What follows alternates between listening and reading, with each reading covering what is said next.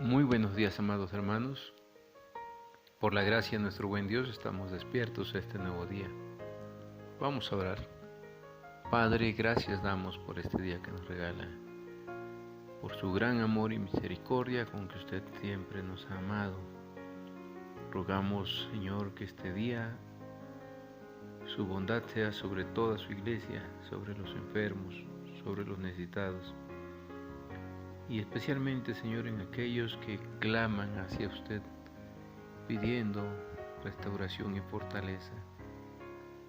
Rogamos, Señor, que usted siga siendo benevolente y misericordioso, como nos ha mostrado a lo largo de la historia de la humanidad y revelado en lo particular en su santa palabra. Que podamos amarle, Señor, reconocerle con todo nuestro corazón. Rogamos esta gracia, Señor, en el nombre de su Hijo amado, nuestro Señor y Salvador Jesucristo. Amén. Mis amados hermanos, seguimos meditando en la primera carta del apóstol San Pedro. En el capítulo 3, el día de ayer, comenzamos hablando sobre que seamos todos de un mismo sentir. Dice el apóstol San Pedro en el capítulo 3, verso 8, finalmente, sed todos de un mismo sentir, compasivos, amándoos fraternalmente, misericordiosos, amigables, no devolviendo mal por mal ni maldición por maldición, sino por el contrario, bendiciendo, sabiendo que fuisteis llamados para que heredaseis bendición. Aquí en el versículo 8, el día de ayer meditábamos sobre los que hacen el bien y lo que significaba ser todos de un mismo sentir. El día de hoy continuamos con estas características que son las que debe tener todo creyente en Cristo Jesús. El apóstol San Pedro dice que debemos ser compasivos. Compasivos es compartir los sentimientos de otros, llorar con los que lloran y gozar con los que están alegres. Esta es una de las cosas más interesantes en la familia de la fe, porque hay de repente unidos hermanos en la fe mucho más que en los de la familia de la sangre. También es cierto que muchos de los que nos podemos llamar cristianos nos cuesta trabajo abrir nuestro corazón con otros hermanos, o nos cuesta aprender a estar en los sentimientos de otro, llorar con los que lloran y gozar con los que están alegres. ¿Qué reto más grande tiene la fe cristiana que hacernos uno con nuestros hermanos, romper con el individualismo y la indiferencia de esta sociedad para aprender a caminar juntos, compartiendo los sentimientos de otros, sean los tiempos de gozo, alegría, como los tiempos de prueba? Así lloramos cuando lloran nuestros hermanos y nos gozamos con ellos. Vuelvo a repetir, es todo un desafío a la fe del creyente en una sociedad en la cual se privilegia el individualismo y donde cada quien se rasca como puede. El creyente es alguien que se hermana, que se alegra, que goza, pero también que llora con aquel que está sufriendo. Así la iglesia está llamada a caminar unos con otros y a dar testimonio entonces de un amor que trasciende los valores y los criterios de esta sociedad. Compasivos.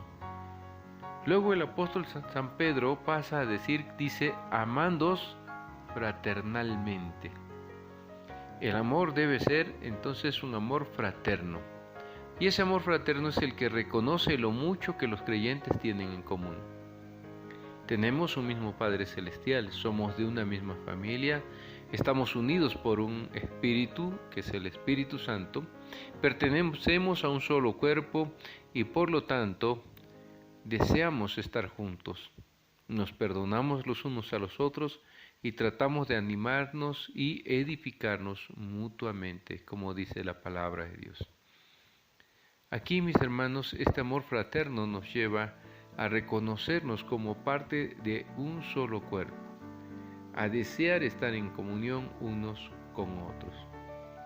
En estos tiempos que ha pasado la pandemia, ¿verdad? Que la cuarentena, que estamos aislados de esa comunión, o más bien que no hemos podido tener esa comunión física que teníamos antes en el templo, porque el hecho de no poder congregarnos nos ha generado una tristeza de no ver a nuestros hermanos. Hoy, a través de los medios de las redes sociales, estamos buscando estas alternativas para adorar juntos, para orar juntos, para celebrar juntos y, ¿por qué no?, también para llorar juntos, como hemos mencionado en la característica anterior de ser compasivos.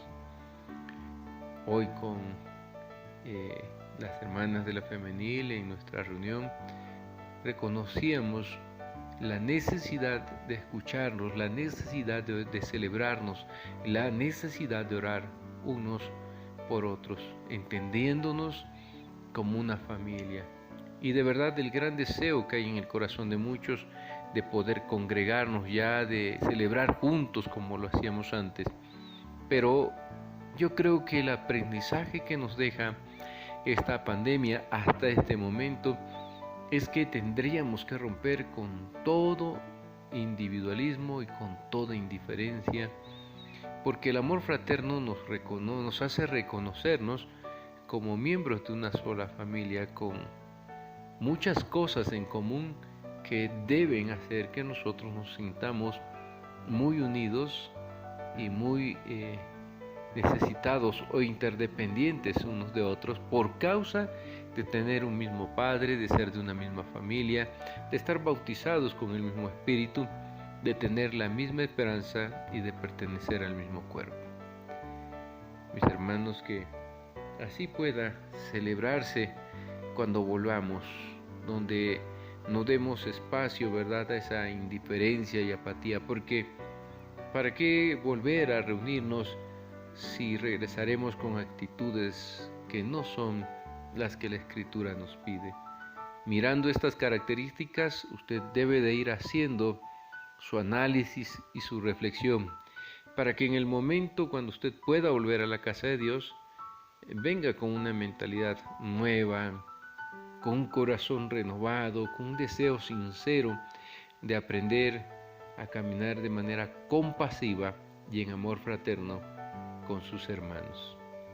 También animarse y edificarse mutuamente será el reflejo de ese verdadero amor fraterno, cuando no soy indiferente al otro, cuando llego a adorar y lo hago como en una verdadera familia, donde nos animamos y edificamos mutuamente. Hoy muchos de nuestros hermanos han pasado pruebas por esta enfermedad, por este virus. Al orar con ellos, al escucharlos, no me queda más que gozarme con la bondad de Dios sobre sus vidas por estarlos levantando y restaurando, pero también yo los llamo y les digo, compartan su testimonio. Ustedes que han pasado por algo tan difícil y tan fuerte, no debieran callarse, publiquen la grandeza y la misericordia de Dios. Y es que de esa manera nos edificamos unos a otros. No sabemos cuántos están comenzando a pasar por una prueba que a lo mejor yo ya he pasado, y por muy difícil que ha sido, puedo mirar atrás y decir, Dios ha sido fiel. Pero usted que ha pasado por esta prueba, usted es el único que conoce las implicaciones de la misma. De tal manera que cuando usted da una palabra de aliento, cuando usted da su testimonio, cuando usted anima a sus hermanos, lo hace desde una verdad profunda de su propio ser, desde una experiencia de haber visto el rostro de Dios. Y eso es maravilloso. Cuando la iglesia se reúne, cuando la iglesia se anima y se edifica mutuamente, el nombre de nuestro Dios es glorificado y la iglesia es profundamente fortalecida. Así que, mis hermanos, en estas dos características encontramos mucho de desafío para nuestras vidas. Ser compasivos y aprender a amar con amor fraterno como nos pide la palabra de Dios. También se nos pide ser misericordiosos. Es la tercera frase que aparece aquí en el versículo 8, donde estamos meditando en la primera carta del apóstol San Pedro. Versículo 8 del capítulo 3. Misericordiosos. La persona misericordiosa tiene un corazón tierno que se une con el que sufre. La última palabra en el versículo 8 significa ser humilde. Esta idea encaja bien con el tema de la sumisión que ha sido el énfasis desde el capítulo 2, verso 13. Entonces, compasivos, con amor fraterno y misericordiosos. Tener un corazón tierno que se une con aquel que está sufriendo. Todas estas características el apóstol San Pedro les estaba pidiendo a los hermanos del Asia Menor, los cuales estaban pasando por las pruebas que hemos visto y por eso las advertencias en el capítulo anterior. Ahora está mirando al interior de la comunidad y los está desafiando a vivir bajo estos principios que emanan del reino de Dios. El versículo 9 enfoca específicamente las reacciones de los cristianos a sus enemigos. Al responder a los demás, tenemos tres opciones. 1. Devolver mal por bien. 2. Devolver mal por mal o bien por bien.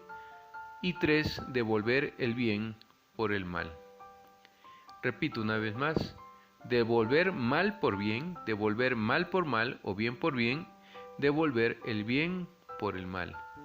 Posiblemente el apóstol San Pedro está recordando que él había respondido con violencia cuando arrestaron a nuestro Señor Jesucristo. Aquí, con más entendimiento y madurez, el apóstol recomienda la tercera opción, devolver el bien por el mal. Bendecir a los enemigos implica mucho más que solo expresar una fórmula de perdón. Es un cambio de actitud de nuestra parte. El creyente ha de pensar en los enemigos como criaturas de gran valor a quienes Dios ama y desea redimir y rescatar. Aquí no cabe la palabra indiferente de yo no te hago nada malo, pero tampoco te hago ningún bien. Aquí el creyente ha de pensar en sus enemigos como personas necesitadas del gran amor de Dios y a los cuales Dios desea redimir y rescatar. El paradigma cambia rotundamente con esta perspectiva. Muchas personas se conforman con decir es que yo no le deseo ningún mal ni le hago ningún mal aunque él me hace mal, pero tampoco le hacen ningún bien y tampoco le desean ningún bien. Qué radical es el Evangelio porque nos manda no solo a no hacerle mal a los que nos hacen mal, sino a hacerles el bien y desearles el bien. Esto es algo que para muchos es locura, les puede parecer ofensivo o de tontos el hecho de que si alguien te está haciendo mal, tú estés deseando su bien o le estés haciendo el bien. Pero es que así es el Evangelio. Así es profundamente radical, porque nuestro Señor cuando más mal le hacían, más bendecía.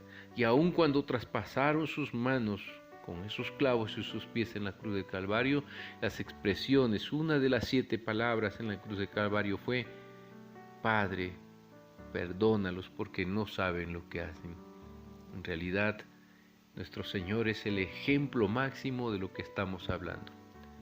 Por eso, no podemos estar en contra de nuestros enemigos, sino amarlos y pedir por su bienestar. Esto nos libra de cualquier sentimiento de odio o de rencor. La cita del Salmo 34, 12 al 15, apoya lo que Pedro exhorta: controlar la lengua, hacer el bien, buscar la paz y ser justos. Además, la cita enseña la razón. Si el creyente vive en esta forma, amará la vida y verá días buenos, según el verso 10. Solo así Dios estará atento a sus oraciones, verso 12. Refrene su lengua del mal y sus labios no hablen engaño. Apártese del mal y haga el bien. Busque la paz y sígala. Qué hermoso y profundo desafío nos queda a todos nosotros. Que Dios nos bendiga y nos ayude a desarrollar estas características como lo pide la bendita palabra de nuestro Dios y como lo modeló y fue nuestro ejemplo nuestro Señor Jesucristo. Mis amados hermanos, si el Señor lo permite, mañana continuamos con nuestras reflexiones.